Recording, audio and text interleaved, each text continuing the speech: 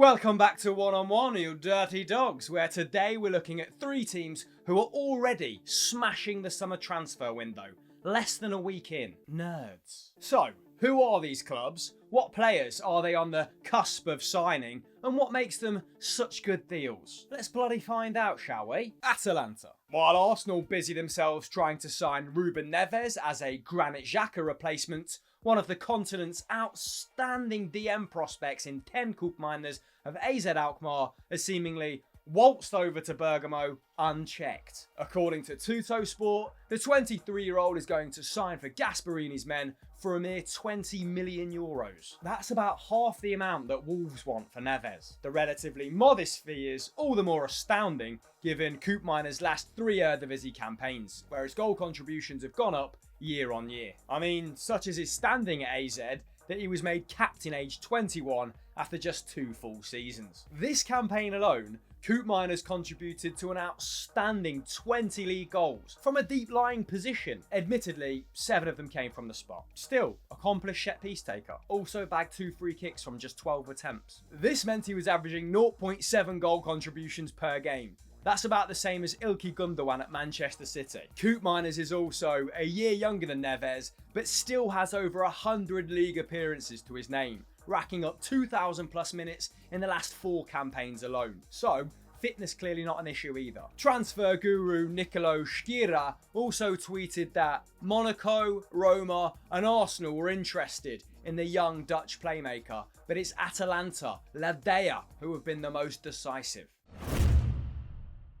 Now, Atalanta already have 2 strong performers in the centre of the park, in the form of Martin de Roon and Remo Freuler. In fact, these two were 1 and 2 for minutes in their record-breaking 2021 campaign, so it's unlikely that Koopmeiners will displace any of them from the get-go. However, both around the 30 mark, so now is a good time to start planning for the future. The average age of Atalanta's squad is 27.3, not particularly old by Serie A standards, but enough to rank them 4th oldest in the Premier League and the joint oldest in the Bundesliga. Plus, Koopmeiners can also fill in at centre-half, which is a huge bonus for Gasperini given his reliance on the likes of Raphael Toloi, Jim Siti and Christian Romero. Now, I think it's fair to say that Koopmeiners is one of the most well-rounded players in the Dutch top flight. Defensively speaking, he puts up 4.1 tackles and interceptions per 90, roughly the same amount as Neves, despite being on a more ball-dominant side. On the ball, he's extremely versatile and very forward-thinking, despite often picking the ball up from deep.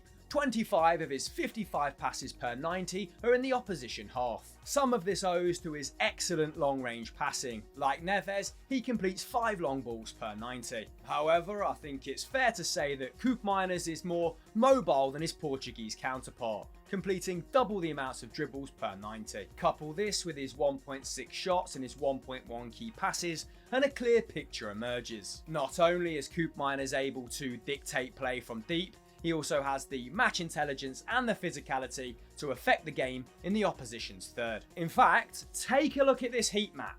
Marauding doesn't quite do it justice. Simply put, at that price point, this could be one of the transfers of the summer. Leicester. Last season, Leicester missed out on Champions League football by a solitary point, despite spending the most time of any side in the top 4 positions. Now, I know people enjoy calling Brendan Rodgers a bottle job, but I think it's safe to say that the thing that cost them most dearly was injuries to key personnel at various points throughout the season. They were so reliant on a really small group of players. By the looks of things, the Midlands side mean business this off-season.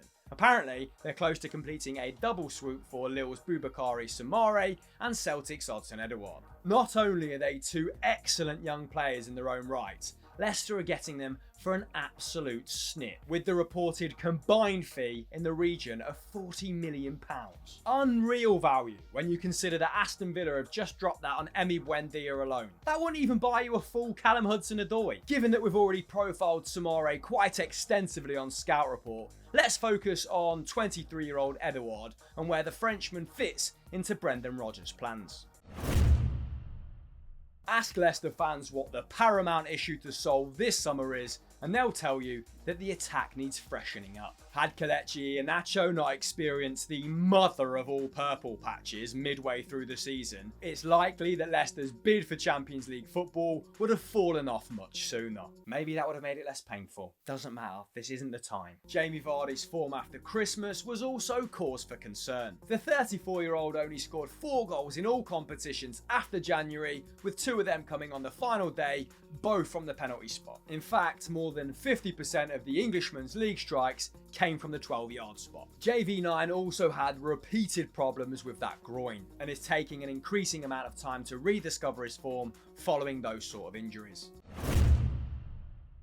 The Frenchman has racked up double digits in each of his last 3 league campaigns for the Hoops, and despite their struggles last campaign, he still finished as the league's top goal scorer with 18 strikes. But it was in the truncated 2019-20 campaign where he really shone, and where Celtic's valuation of £30 million looked pretty spot on. He put up 30 goals and assists in just 25 starts, meaning he contributed to 1.3 goals a game as Celtic wrapped up their 9th title. This season's haul of 22 goals and assists has brought his Celtic career total up to an impressive 83 goal involvements in just 87 starts. Also worth noting, only 5 of them were penalties. Yes, the Scottish game isn't as strong, but the Frenchman was very reliable in European competition too, putting up 9 goal contributions in 15 Europa League starts. It's clear that he's ready to compete at a higher level. So, what is he really good at? Edouard is extremely economic in build-up play, reflected in his pass completion rate of around 80%, which is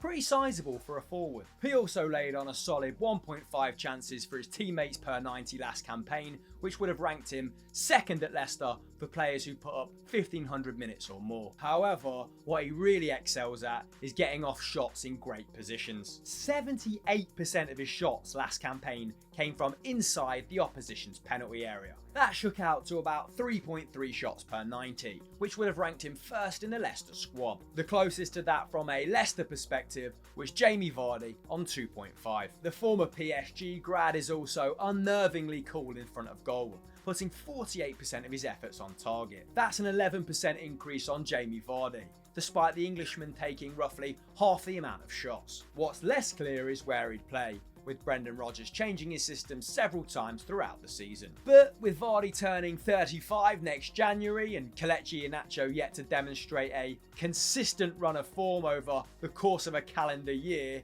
adding another striker seems like a very timely thing to do. Does Edouard increase the Foxes' chances of securing Champions League football? Absolutely. Jeremy Boga. Okay, I'm cheating a bit here. The last segment isn't a club, it's a player. According to Foot Mercato, Lille, Lyon, Marseille and Atalanta are all vying for the Ivorian winger's signature. Now, Boga has definitely made progress at the Italian club during the last 3 campaigns, but I think he's arrived at a really interesting juncture of his career. I don't want to say he's stagnated, but he's not improved as much as I wanted him to. But I think he can remedy that if he picks his next club very wisely. Despite only turning 24 in January, the former Chelsea youth product has already played for 5 clubs. In this time, he also became a fully fledged international, changing his allegiance from France to represent the Ivory Coast. After contributing to 13 goals in 34 appearances in 2019-20, he was billed for a big move. However, a string of muscle problems and contracting the coronavirus derailed his 2021 campaign, with the winger missing 12 games. Now, with 1 year left on his contract, Sassuolo are clearly looking to cash in on one of their star assets. So why do super smart clubs like Atalanta and Lille want someone whose stock is potentially in decline? First of all, he is an absolute worldy dribbler. Boga beats his mark of 4.4 times per 90, the best return in Serie A. I just wish the rest of his game would catch up. Despite habitually turning fullbacks inside out, his key passes dropped by half this season